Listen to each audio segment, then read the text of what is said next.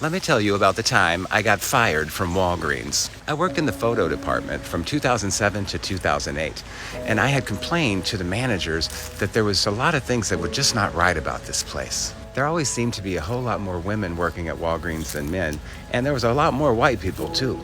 But that wasn't my complaint.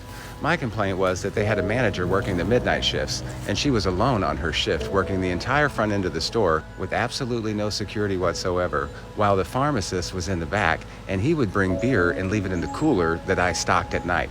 So I told on him, who the hell wants a drunk pharmacist? Back then, every manager had to be referred to by us peons as Mr., Miss, or Mrs. You can imagine how disgusted I was when a 21-year-old assistant manager came up and insisted that I call him Mr. and that he didn't have to call me that. Well, I called him a few other things, and he didn't like that either. But that's not what got me fired.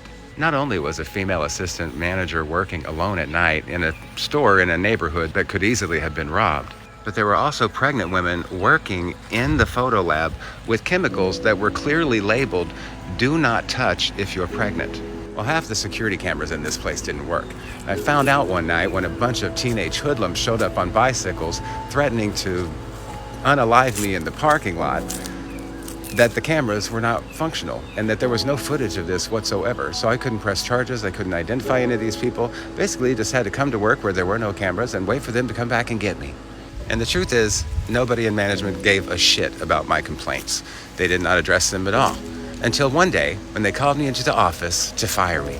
I smelled this coming a mile away. This wasn't my first time at that rodeo, so I had a micro cassette recorder ready to record every word that was said. There was a security guard in the office with the manager.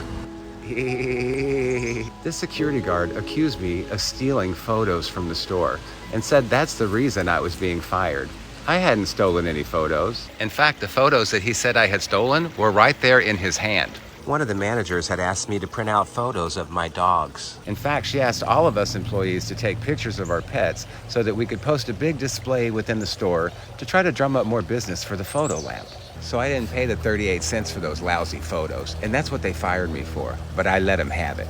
I admit I was a little bit sassy. The security guard asked me, "Are you mocking me?" And I said, "No. Are you mocking me?" So I basically got fired for stealing 3 pictures that he had in his own hand. That was an easy unemployment claim.